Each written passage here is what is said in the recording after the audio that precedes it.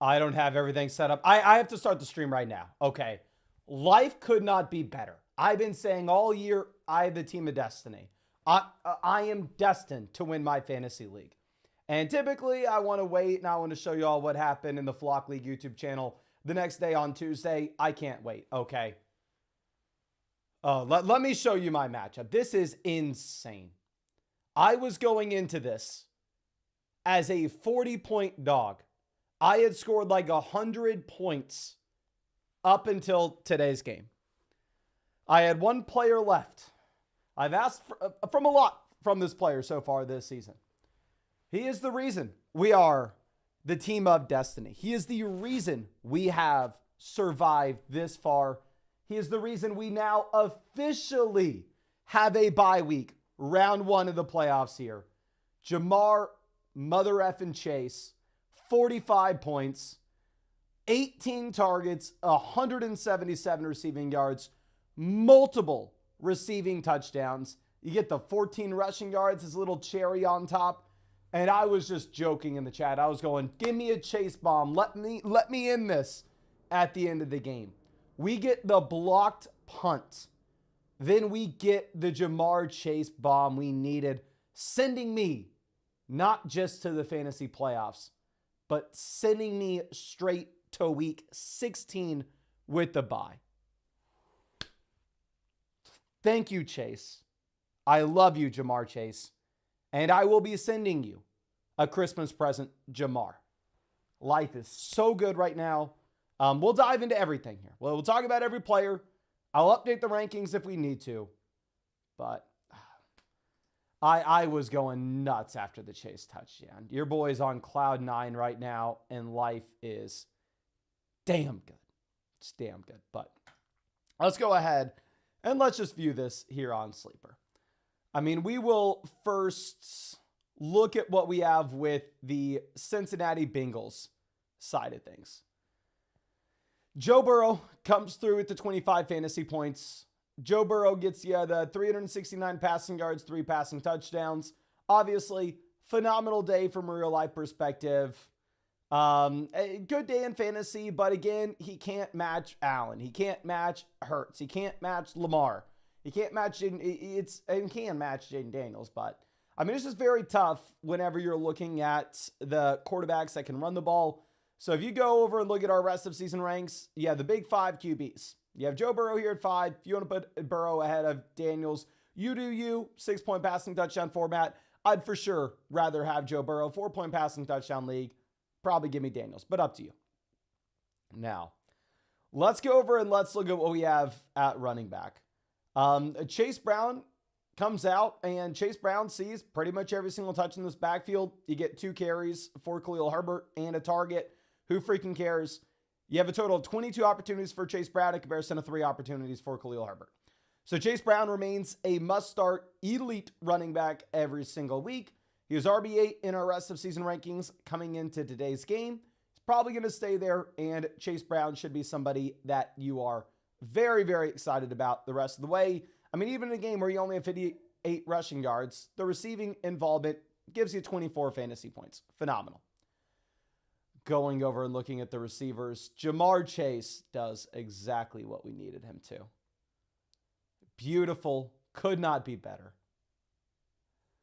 45 fantasy points. Does anything change here? Nope. Jamar Chase was wide receiver 1 before this game. Jamar Chase is wide receiver 1 after this game. We put out our rest of season rankings in a tier list earlier today. We had Jefferson in the same tier as Chase. And we were like, oh, okay, well, we're only putting Jefferson there because we got to motivate our guy. Obviously, every single player on my fantasy football team watches every single video that I put out.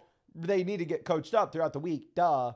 And it was really just a motivating factor with Jamar. Jamar, you did great, my guy. And trust me, you earned that spot alone in the top tier.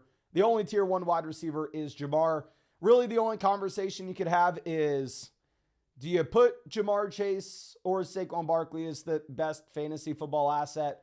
Frankly, it doesn't really matter. It is up to you. But Jamar Chase is just obviously so far away from any other player in our rest of season ranks, and that doesn't change at wide receiver. Going over and looking at what we have at the tight ends, you have 3 targets for Gesicki, a couple for Sample. You get a target for Tanner Hudson. None of these tight ends are interesting, right? It's kind of been a tight end by committee in Cincinnati all year. Going over to Dallas, Cooper Rush looks decent at times. With Rush here, are you ever starting him in fantasy? Hell no. I mean, this is, frankly, the best matchup the Dallas Cowboys are ever going to have offensively, right? Very rarely you're going to get to go up against the worst defense in the NFL here in Cincinnati. Going over and looking at what we have at running back, you have Rico Dowdle coming out with the 18 carries and the 2 targets. So yet another game for 20-plus opportunities for Dowdle. Again, you're the Dallas Cowboys. You are going up against the worst defense in the league. Looking at the other running backs, Zeke only sees 3 total opportunities. Really, Dowdle has cemented himself as that 3-down back. And I was a little bit hesitant to rank him that way. Oh, I forgot about T. Higgins. I apologize. We'll go over and we'll talk about T for just one second. Looking at T, I know obviously horrendous week, which is hilarious. Avery really needed this dude to do something. But, I mean, if you take a step backwards, T. Higgins every other game other than this has been great. I mean, you had the 17 fantasy points, 30 fantasy points, 18, 15, 29, 12, and then his first game back from injury back in week 3. So Higgins has been great. The passing volume is still extremely strong in Cincinnati. To be completely honest with you, I know it's a dud game from T. Higgins, and I know if you were relying on T. Higgins this week, it freaking sucks. But ultimately, is Jamar Chase going to have 200 yards every game? Is Jamar Chase going to drop 45 fantasy points? No. It's still a concentrated offense. Higgins is still clearly the wide receiver 2 here. I think this is just a random down game. If you wanted to drop Higgins down and move him to maybe the bottom of the tier that he was in, maybe move him down here to wide receiver 18-ish, you can. But in reality, all these wide receivers are still so close. T. Higgins is still a player that you start every single week regardless. I know it absolutely sucks, but you look at the large sample, I think Higgins is going to be fine. The main thing that we need to go over and look at with the running back position. And yes, I don't want to like tease it and go, oh my gosh, just wait and try to be dramatic. But I will say, wait until the Flock League video tomorrow. What just happened in this league this weekend, you would never believe. It is, the wheels are off. It is insane who is in the playoffs and what the matchups look like for round 1 and round 2. I cannot wait to look at it. But anyway, let's go over and let's move past. Well, we were already talking about Dowdle. He cemented himself as the 3-down but running back. I actually think Dowdle is the one player in this game that does move in rankings.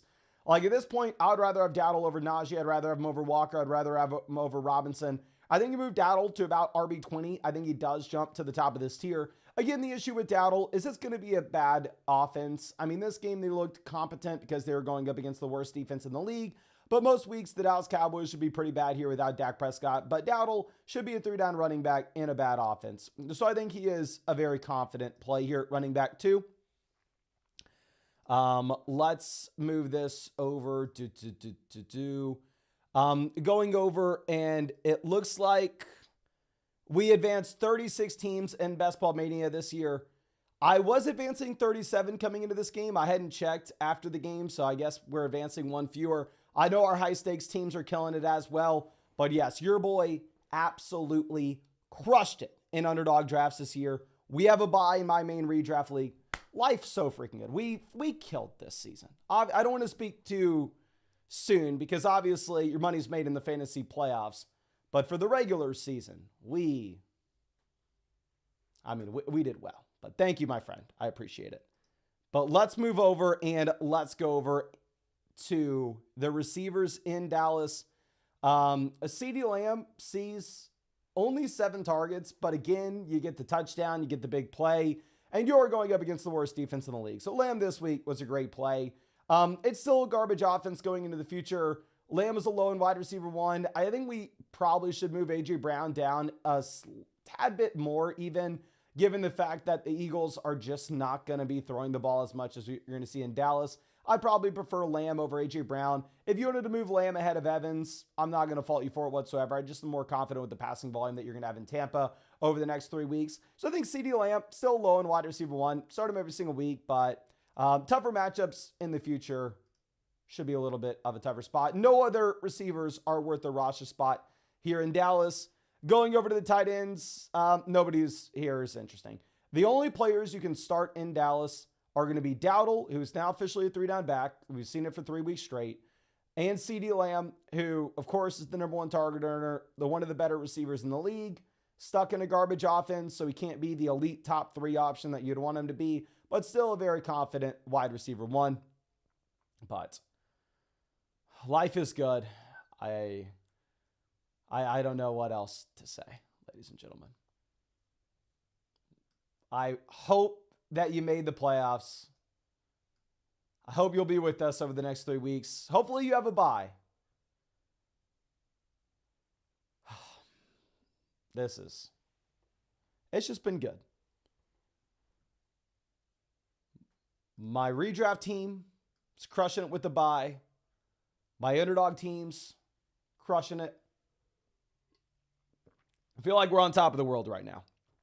Now, of course, we're going to have the YouTube comment section telling us a different thing, but it is what it is. My teams are doing well. I hope yours are as well. Thank you, Jamar Chase. Please, Jamar. I know everybody on my fantasy football team watches these live streams and these videos. I don't know if Jamar has made it to the locker room yet so he can turn this on, or if he's going to watch it as a video later on. But please make sure you send me your updated address. That way I can send over the Christmas present this year. I'm going to double the budget of what I'm getting you for Christmas this year, Jamar, because a performance like this to get us that bye week, you spoil me and I want to spoil you. But thank you, ladies and gentlemen. I appreciate you. And I really hope we get to see you out with the live stream tomorrow night.